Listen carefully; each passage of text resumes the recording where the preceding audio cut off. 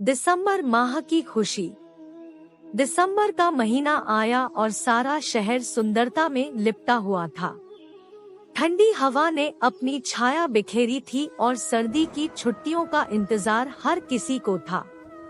इस महीने की कहानी एक छोटे से गांव की है, जहां एक छोटे से बच्चे नामक रमेश रहता था।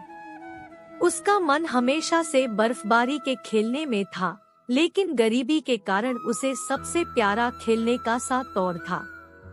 एक दिन रमेश ने सुना कि गांव में एक बड़ा मेला आया है, जिसमें बहुत सारे खिलौने बेचे जा रहे हैं। उसने अपने माता पिता से खिलौने खरीदने की अनुमति मांगी और मेले की ओर बढ़ा।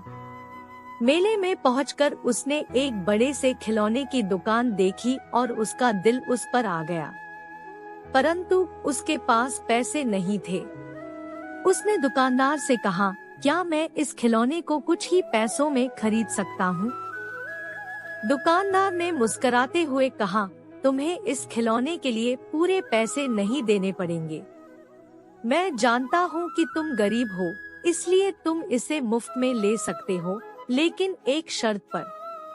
रमेश ने चमचमाते हुए स्वीकार किया और उसने वादा किया कि वह मेले के बाद अपने गांव के बच्चों को खेलने का मौका देगा। दुकानदार ने खुश होकर उसे खिलौने का हाथ दिया। इसके बाद रमेश ने मेले के खेतों में जोरदार मेला मनाया और बच्चों को खेलने के लिए विनम्रता से खिलौने बांटे। उसका यह नेक कार्य गांव वालों के दिलों में समाहित हो गया और उसे दिसंबर का संत कहा गया।